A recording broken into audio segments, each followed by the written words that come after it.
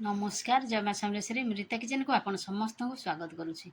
चलतु आम बाड़ी होता उली केते चलतु देखा आम आगु फास्ट टाइम देखी सेकेंड टाइम देखी एटा थर्ड टाइम मैंने तृतीय फेज उली केते चलतु देखा आउ गोटे कियारी बाकी रही जाइए आणीनु तापर से आणले जेबे अणाଯିब तो से देखईदेवी।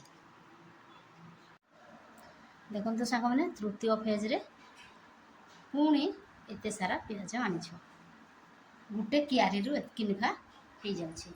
देखो सेपटे टिके कुहा उली बाहरी से साइड कर रखीदेचु। देखो सांग मैंने आम खट तले केते गुड़िए उली रखाही आड़े तो देखिले आईपटे देखु आमर जो कुड़ी पियाज कहती से कोड़ी पियाज एपटे देखु आ रसुण एतकी बाहर ये सब आम बाड़ी सब बाहरी।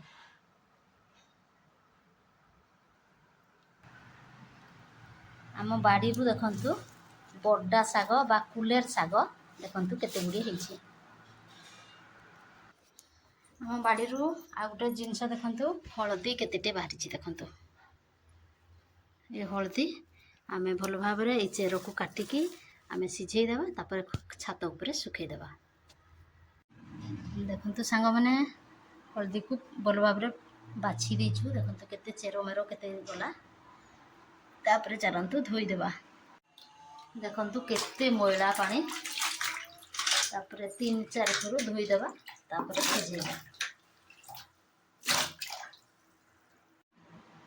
देखु धोईकी आनी सारे गोटे डेक्ची रे एवं देदेवा आ गैस रे पसईदेवा।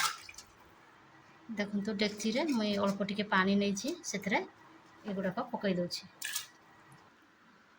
देखु सांग मैंने गैस जाली गोटे डेक्ची रे देखु बसई देछि। आ फुटिला परे बहुत टिके आधा घंटा पर फुटिला परे काढ़ीदेवा और खरारे छात रे पकईदेवा। देखु सांग मैंने लास्ट रे एतकी उली आनिलु। देखु